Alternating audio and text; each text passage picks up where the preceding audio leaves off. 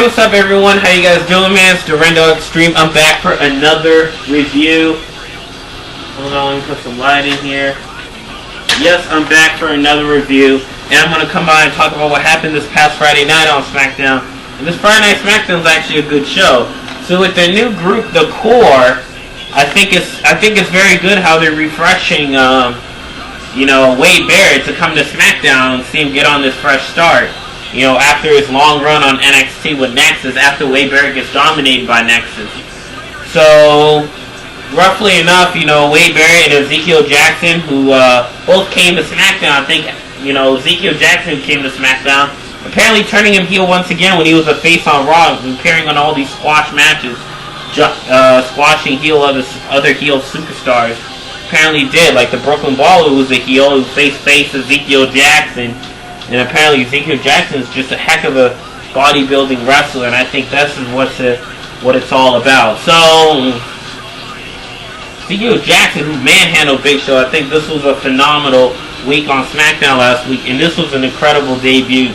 Sorry if I didn't do SmackDown last week, I didn't get around to it, but luckily enough, I'm back to do another review for now. I just had things going on, so back to this week's review. So, after Core took out Big Show, we are now back with the new group, The Core, and then Wade Barrett's new theme.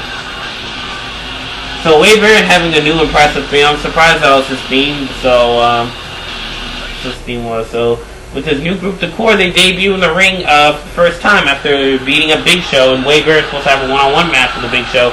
Turn out Wade Barrett reformed his group, The Core. So, apparently Wade Barrett and his new group, The Core, pull out a promo claiming that they took out the Big Show. They kind of introduce himself with Wade Barrett claiming that his new group's The Core and they show equal leadership.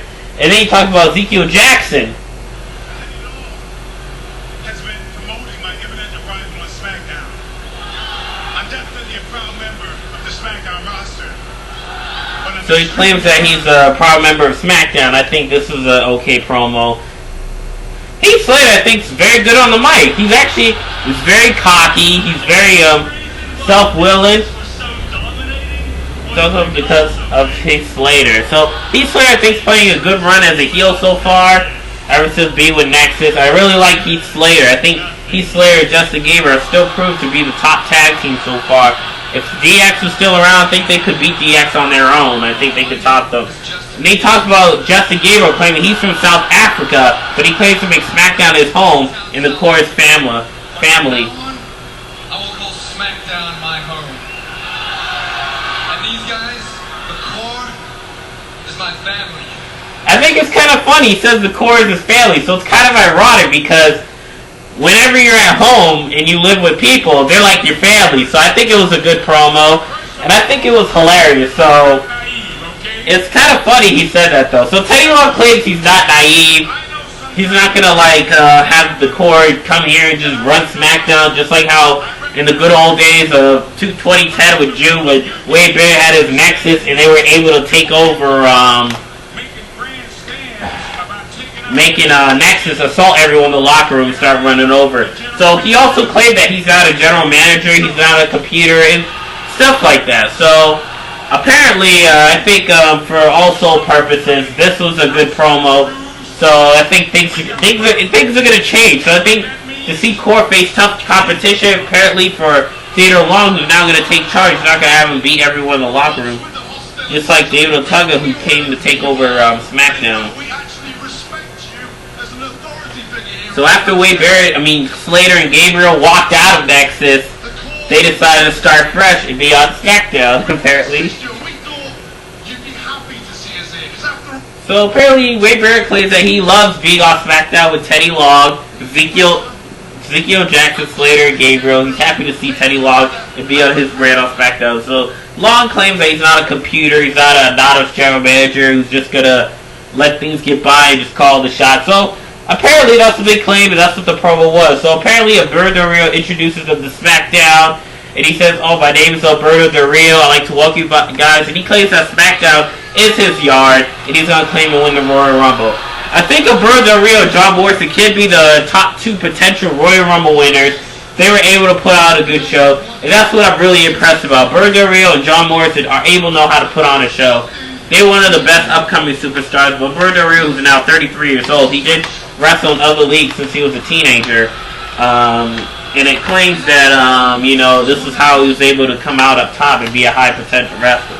So, it takes years of practice and years of experience to get up to the top, apparently. So, that's what we got. So, he claims that the Royal Rumble, winning the Royal Rumble is his destiny.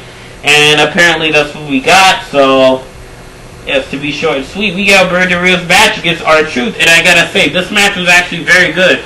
Good upper hand match. Alberto Del Rio actually playing an incredible heel in this match. Playing a good heel in this match. I think that's what he's able to display so far. And halfway through the match, we got Teddy Long. And I thought Teddy Long was dead.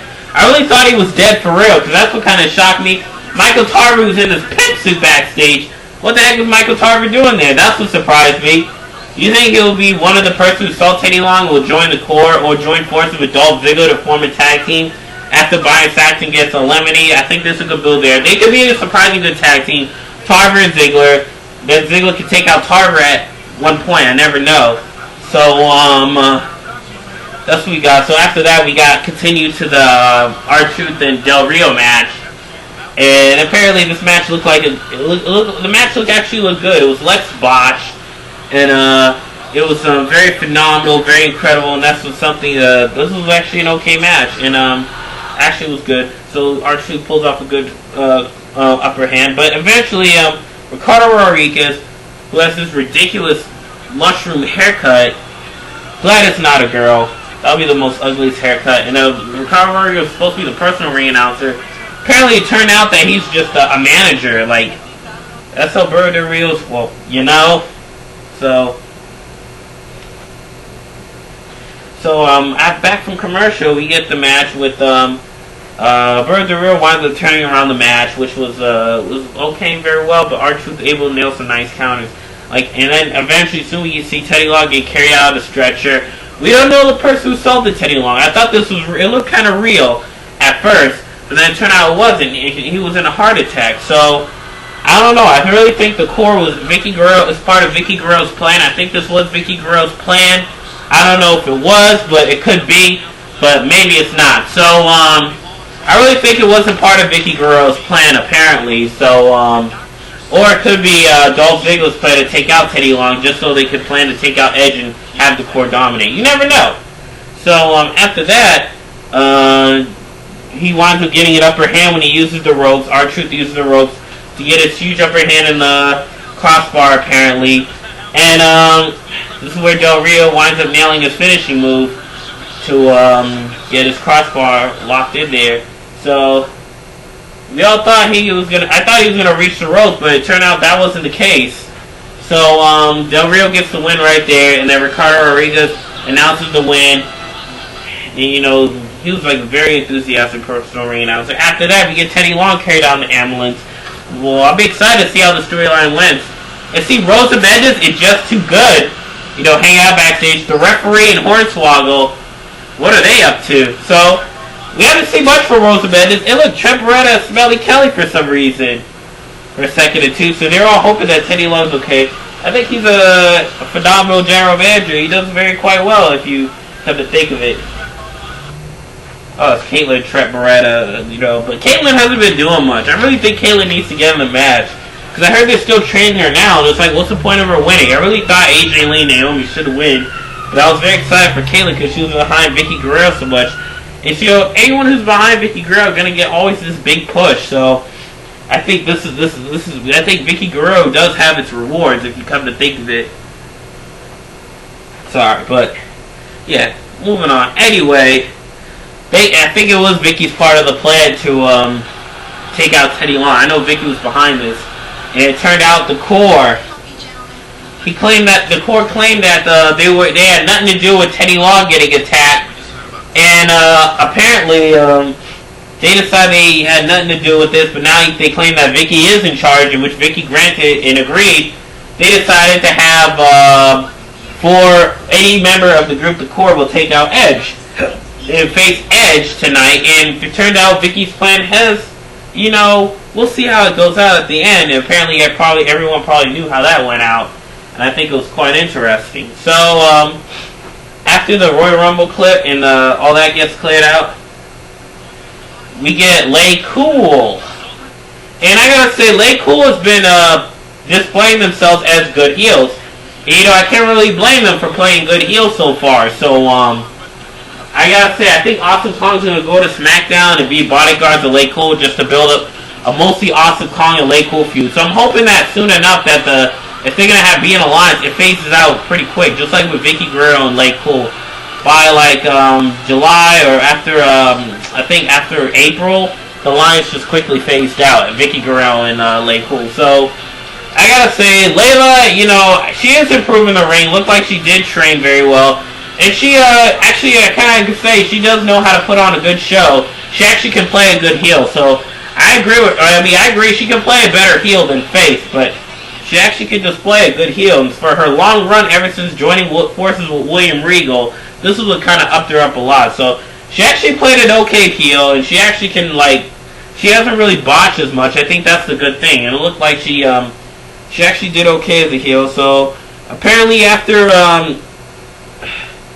Layla tries to do her submission hold, didn't really look as unrealistic. I mean, she plays an okay heel, but I really think I want to see Layla start going out on her own and start joining Raw. I want to see how she can display herself on her own as a heel, because I can't have her be behind Michelle McCool so much. But, you know, she didn't win the women's title on her own, so I want to see how she breaks out on her own without Michelle McCool being,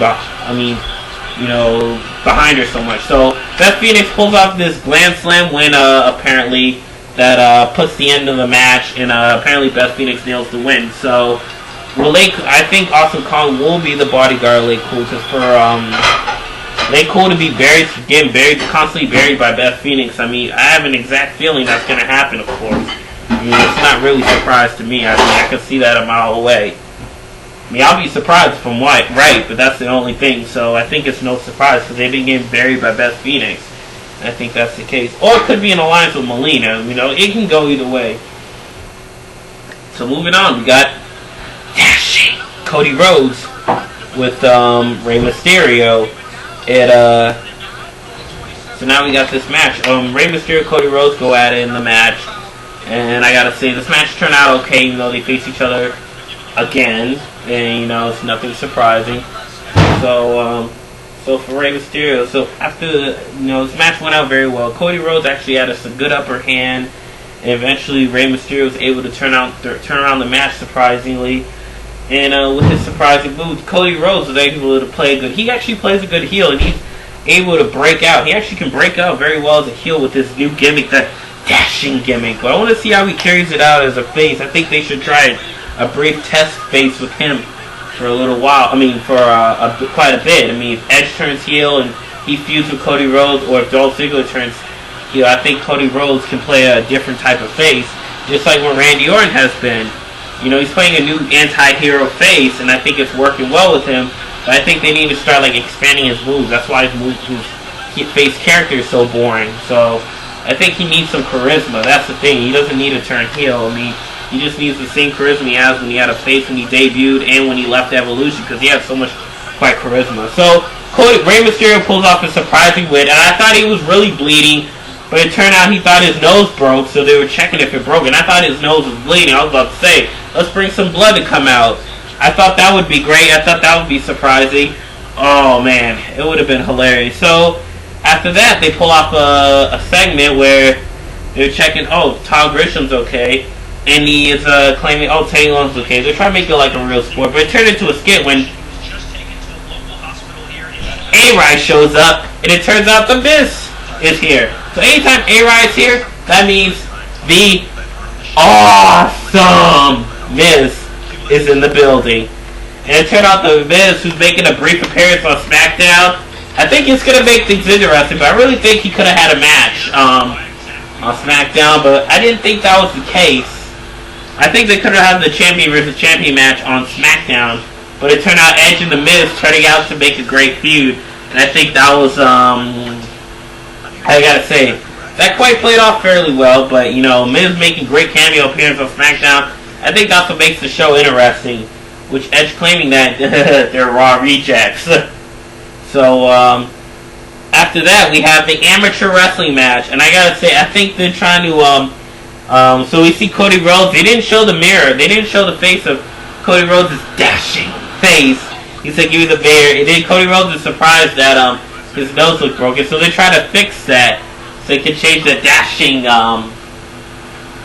fix the dashing broken nose, to say the least. So he's saying this is an amateur wrestling match. I think they're trying to mock the Jeff Jarrett's MMA challenge. So this is what they're doing with Jack Swagger. Except Jack Swagger was a legit amateur wrestler. And claiming that Jeff Jarrett, well, you know, Jeff Jarrett apparently was doing this MMA gimmick. I think it's hilarious, but even though it's kind of stupid to say the least.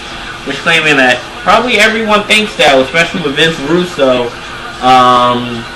writing the storyline with the MMA. But never mind that. Let's see Jack Swagger, who's carrying his wrestling earpiece, and you know Kofi Kingston getting ready for his match. So the match was actually quite interesting. I somehow was into it. I mean, I know it seemed like everyone was a little turned out because they're seeing amateur wrestling. I'm planning on doing amateur wrestling because I did amateur wrestling in high school. And amateur wrestling is kind of interesting. It just takes a lot of discipline and focus. Just like doing MMA or karate or boxing, you know. So, moving on, Jack Swagger gets a huge win. It gets a huge surprising upper hand. But, you know, halfway through the match, Jack Swagger was dominating. And then Kofi Kingston was able to make a surprising comeback, which turned out after the end of the period, Kofi Kingston was able to get a pin. They almost got that pin, but turned out, Kofi Kingston was just so close. And then Kofi Kingston pulled off a surprising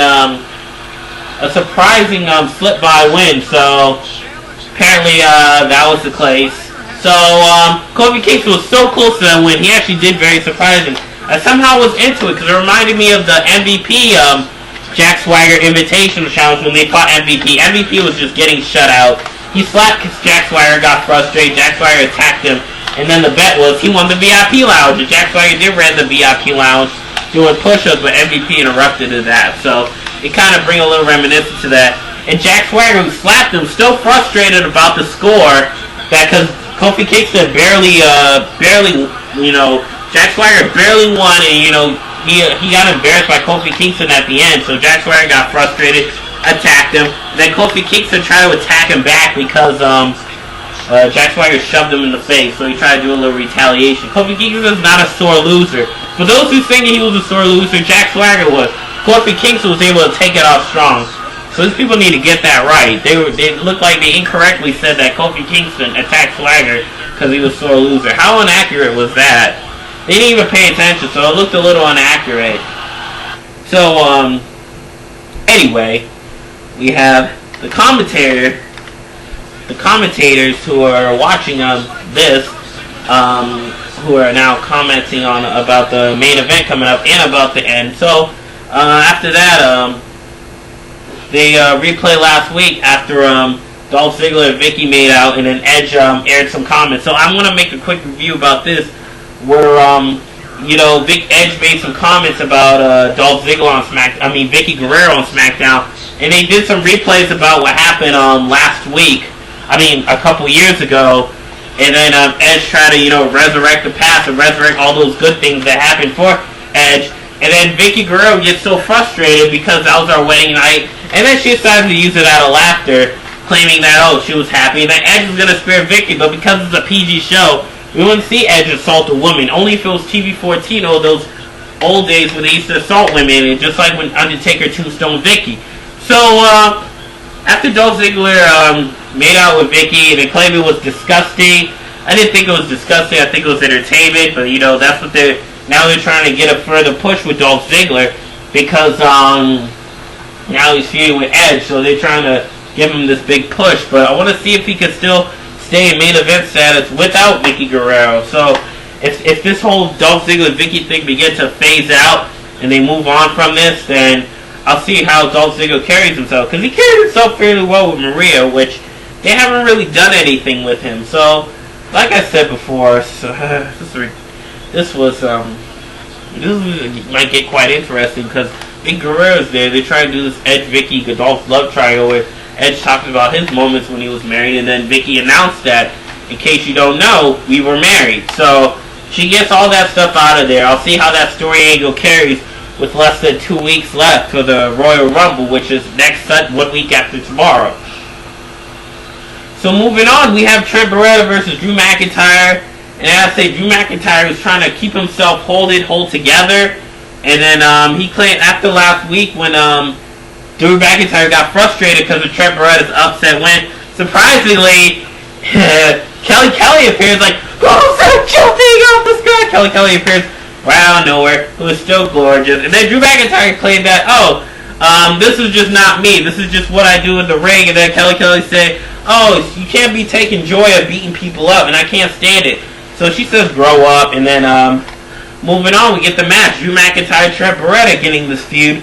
Hopefully, I think Drew McIntyre and Vicky could have been an on-screen couple. I think they would have been better than Dolph Ziggler. But hey, I think Dolph Ziggler has more of the charisma to be her boyfriend. So Eric Escobar has similar charisma, but I'm just surprised like he didn't get no push ever since his feud with Vicky. Vicky's been getting all the ovation. I think after him fighting these main eventers, he actually looked impressive in the ring. I just think he lacked charisma. I just think the fans lack charisma for the guy of Eric Escobar. I think that's why they fired him for some reason. I don't know, but anyway, Drew McIntyre and Trent Beretta pull off a good match again. So I think Drew McIntyre is doing a good job putting Trent Beretta over, but he's not main event status. So Trent Beretta wouldn't really be a main eventer, but I think they could pull off a good feud. So I think if Drew McIntyre can be main event potential, if he can able to pull off good feuds with Edge or Rey Mysterio, I think he could pull off a good feud with Rey Mysterio if Rey Mysterio is in the main event card. But since Edge and Christian are in main event potential, then I think Drew McIntyre can pull off a good feud there. Or with Alberto Rio if he somehow turns face, if that was to happen. So anyway, Trent Beretta getting a huge upper hand. Trent Beretta is just very impressive in the ring.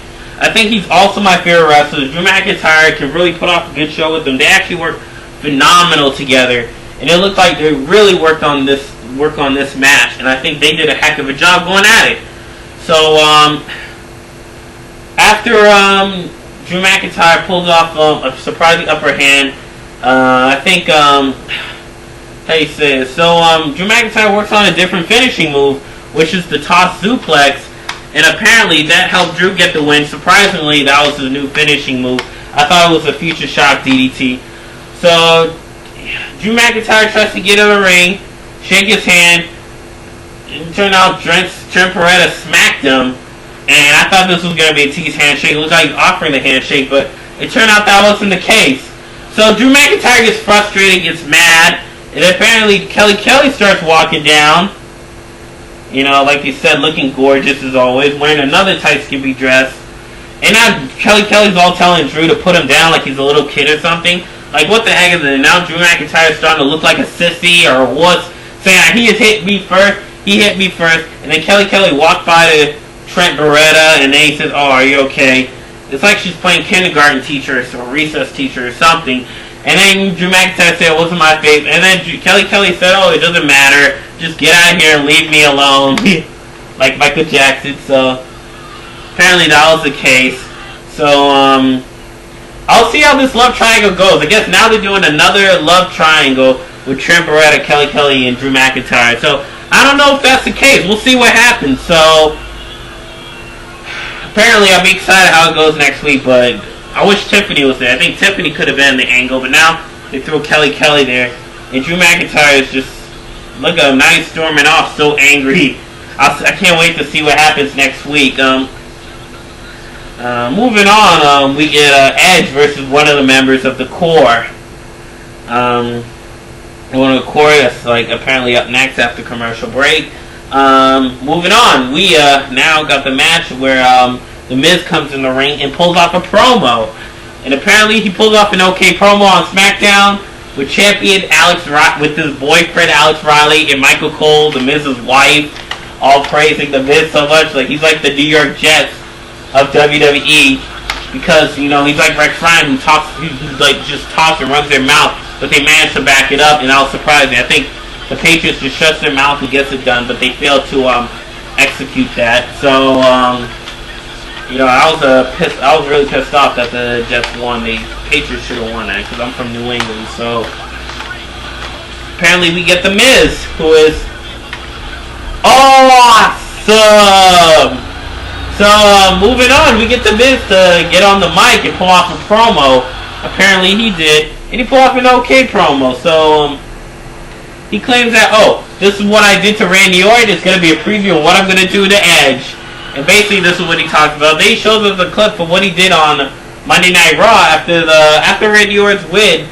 Alex Riley, the Miz's boyfriend, and himself came down there, or the Miz's valet, came down there to beat up Randy Orton, and apparently they did a successful job of beating up Randy Orton. Indeed they did.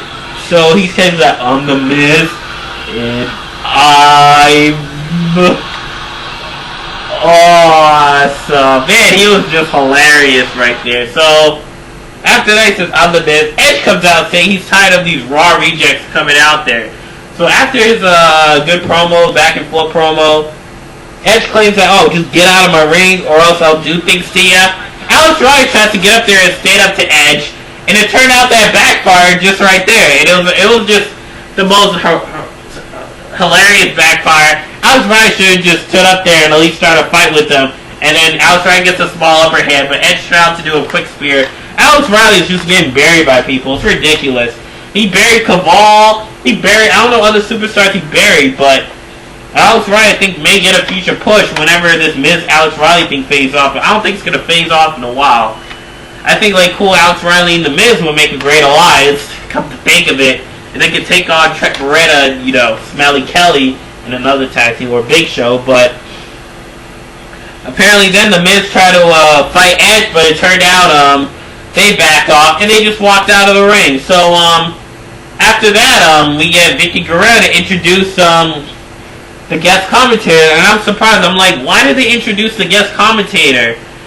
Why did you introduce the guest commentator? I'm just very surprised. It could have just came out quietly, but it turned out Vicky Guerrero doing his excuse me routine, which I hope it doesn't get overdone, because I think it's perfectly as it is now, and that's what I'm thinking right now, apparently. So, Edge takes on one of the members of the Corps, and now they decide who will take on Edge, and I'm thinking Ezekiel Jackson should have took on Edge, but I think that would be too rushed. I think so. They did someone like Justin Gabriel, who's able to pull off a good push. I mean, he's been doing this also since he was a teenager, so Justin Gabriel's always going to look impressive. So always the experienced athlete's always going to look impressive in the ring. Indeed, he did. And that's what we got. So Justin Gabriel apparently looking good with Edge getting up a good upper hand. Justin Gabriel surprisingly able to turn around the match. Plays an okay heel, but I think he's just a good tweenage high flyer, come to think of it. So, moving on, we got Justin Gabriel, you know, surprisingly turn off a good upper hand. And, you know, he's able to put on a show. So, I think if he's still around a couple years later, if he's able to be still around and able to put off a good show, I think this would be great. So, Justin Gabriel plays an okay heel, but he's a good wrestler in general. So, I don't see him really much as a heel when he's in the ring. I think more on the mic he can play a good heelish guy. So, yeah, she's doing impressive. So, Dolph Ziggler guest commentating, claiming that, you know, he's just, he did his job last week to take on Edge, hurt his back and neck, you know, with this, surgery, that really, is going to boost him up for the Royal Rumble, because you know he's facing him in 2 weeks, and it's tough competition. Edge is always tough competition. So, apparently Justin Gabriel was trying to do his crossbody. Edge makes a surprising counter, and that looks quite well. I mean, it looked a little botched, but it turned out Edge nailed the drop click okay. But apparently this is like some of the pain you gotta feel. I think this is the stuff you gotta talk about. So, a little bit after this, he claims that, Michael Cole supports Dolph Ziggler as a gentleman. That, you know, he did what he did to protect Vicky Guerrero last week, and Michael Cole supported Dolph Ziggler for doing that. So Dolph Ziggler talks about, you know, I had to do that because, you know, Edge just living in the past. using the past to haunt Vicky Guerrero. And, you know, WWE Universe just cheers because these are like the good times for them, the good old days. So, you know, now Dolph Ziggler is trying to make the you know, the present and days better for them. This is what he basically talked about. Since now he's Vicky Guerrero's on Dolph's side. Hopefully Dolph Ziggler doesn't just turn Vicky into, well, you know, just, you know, do the same thing Edge and Eric Escobar did. Because I think it would be basically stupid. I mean, for Edge to get tossed around like that, to make her look embarrassing, I think hopefully, I think if that is to happen, I think it'll be overdone, because they tried with Eric Escobar, it kind of backfired, and then they probably do the same thing with they do the same thing with Dolph Ziggler. I think it's gonna backfire because I think it'll be rushed.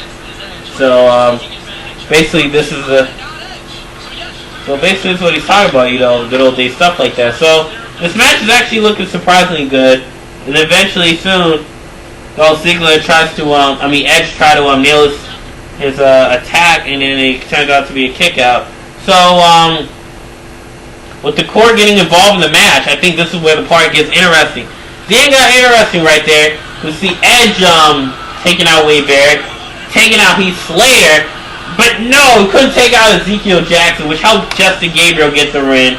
He just went for the pin. He didn't go for the 450, and you know, which was quite surprising. So after Edge nails his win, Justin Gabriel gets his win. The core continue beating the crap out of him, which gives him the surprising upper hand, but he tries to beat him up. But if you try to take out Ezekiel Jackson, it just backfires real bad. Jackson, who nails off a clothesline once again that helped Justin Gabriel get the win, turned out it backfired. So